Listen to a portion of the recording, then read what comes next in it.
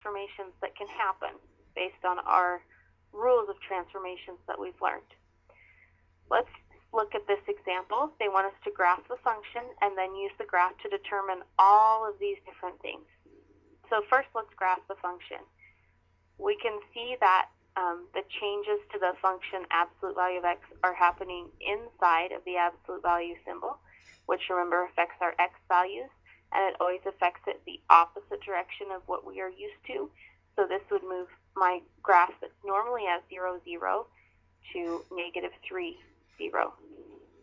Okay, there's my center point for my v. Is it going to open up or down? It's going to open up because there's no negative in front. Okay, so that's the only thing that's changed is I've moved 3 to the left. Normally I had a point at 1, 1. So it's going to be 1 to the right and up 1 still. 1 to the left and up 1 still for my sides. Okay, so there's the basic sketch of my graph. Now let's answer some of these questions. They want us to find the zeros. Again, the zeros are the numbers that make f of x equal 0. You can also see it as the x coordinate of your little vertex thing here, your little X-Intercept, which appears to be at negative 3. But we'll go ahead and check that. So again, zeros, we let f of x be 0, and we solve the equation. Okay, so we have 0 equals x plus 3. To solve that, we would subtract 3 from both sides, and we find our 0 is when x is equal to negative 3. Okay, we're supposed to find the x-intercept. Well, looking at our graph, we can see that it touches the x-axis at the point negative 3, 0. Find the y-intercept. We can see that we have a y-intercept up here, but my graph, the grid on my graph, isn't exact. So I'm not really going to trust that if you don't trust your grid. Okay, it looks like it's at about 3, but I'm not going to trust that for sure. The other way to find the y-intercept is to put 0 in for x. Okay, so for my y-intercept down here, I'm going to do it down here. We have f of x is the absolute value of x plus 3. Y-intercepts happen when x is 0.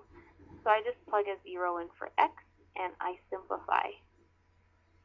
0 plus 3 is 3, and the absolute value of 3 is 3. So my y-intercept is indeed at the point 0, 3. Find the domain. Well, with absolute value functions, this one in particular, as long as there's no fractions involved, we really don't need to worry about anything. It's going to be all real numbers, or negative infinity to infinity. The range, what y values do we have? Well, if we look here, we can see that our y values start here and go up from there. So our range is from 0 to infinity, or all values greater than or equal to 0. The intervals where the function is decreasing, so where is the line traveling downward as we go to the right? We can see that it's this section right here. And when you name the intervals, you want to name the x values when that happens. So our x values from negative infinity to when x is negative 3, it stops and changes direction.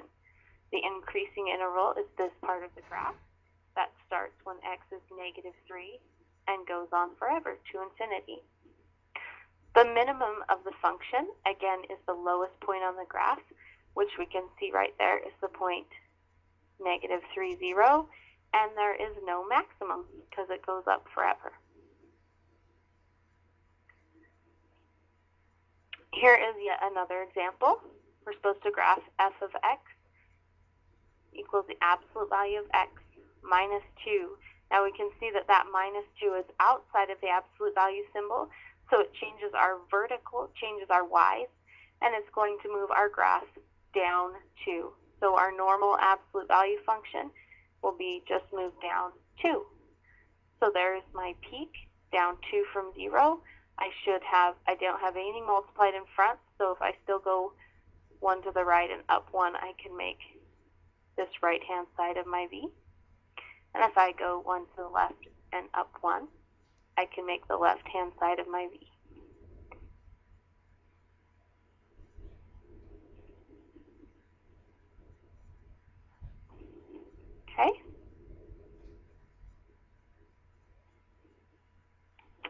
is my graph. Let's answer some of these questions. The first one, find the zeros. Again, that's when f of x is equal to 0. So we put 0 for f of x, and we solve the equation. Okay, so when we solve absolute values, we isolate the absolute value. Right? And then we have to set up two cases, the positive case and the negative case. So either x is equal to positive 2 or x is equal to negative 2. And if you look at our graph, that does look right. Our zeros are when x is 2 and x is negative 2. So our zeros are x equals 2 and x equals negative 2. Find the x-intercepts. Those are the points where you cross the x-axis, which would be at 2, 0 and negative 2, 0. Notice our zeros and our x-intercepts have the same numbers. That'll happen every time. Find the y-intercept. Well, we can pretty clearly see from our graph that our y-intercept is at 0, negative 2. Find the domain. The domain is x. We can still plug anything we want into x. So it's from negative infinity to infinity, or all real numbers. The range is our y values, and if we look at our graph, it starts at y values at negative 2 and goes up from there. So our range is going to be from negative 2, including negative 2, so I'll put the square bracket there, to infinity. F, list all the intervals where the function is decreasing. Once again, we can see that it's decreasing in this section. Again, when you list those intervals, it wants it in terms of the x values. So our x's from negative infinity to 0 are decreasing. Okay, because we went until we got to where x was 0. Increasing starts at 0 and goes to infinity. That's this section of the graph on the right. Find minimum function if it exists. It does exist. There's our lowest point on the graph, and it happens to be at negative 2, 0. Or excuse me, 0, negative 2.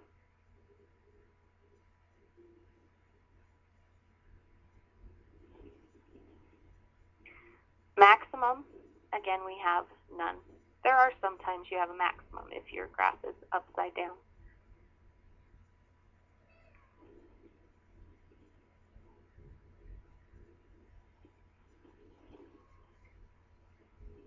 Okay, let's try this one. Again, they want us to graph the function.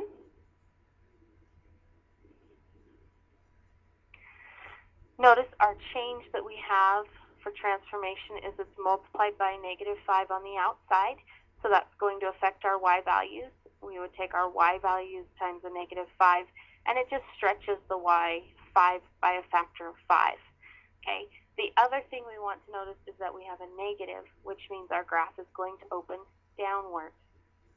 I still start at 0, 0 because I haven't moved left or right or up or down. So I still start there at 0, 0. But when I make my sides, they're 5 times and they're stretched upside down. So now instead of being 1, 1 and negative 1, 1, I am at 1, negative 5. And negative 1, negative 5. So it just gives me a skinnier graph and places it upside down. Okay, there is my absolute value function.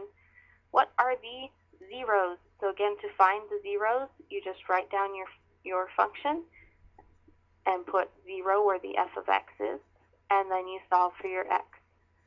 Well, we would isolate our absolute value by dividing by negative 5, and we still have 0, because 0 divided by negative 5 is 0.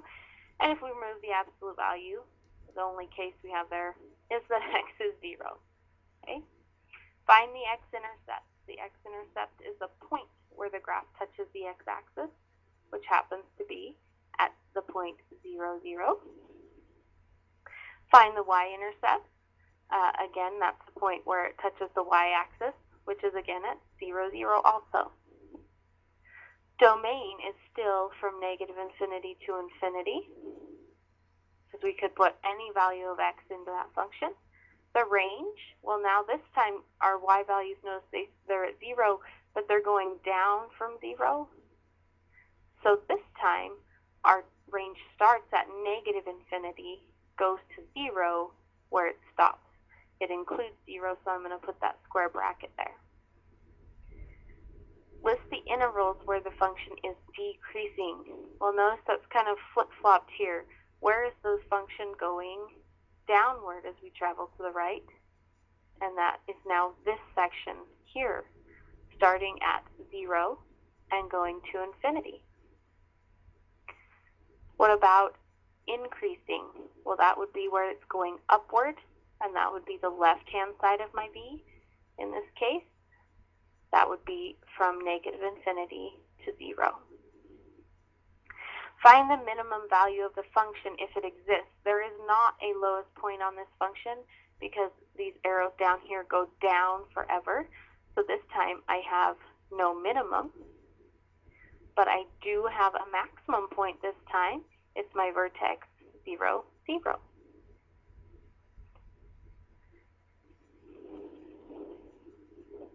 Okay, let's do one last problem using transformations. This time the transformation did two things.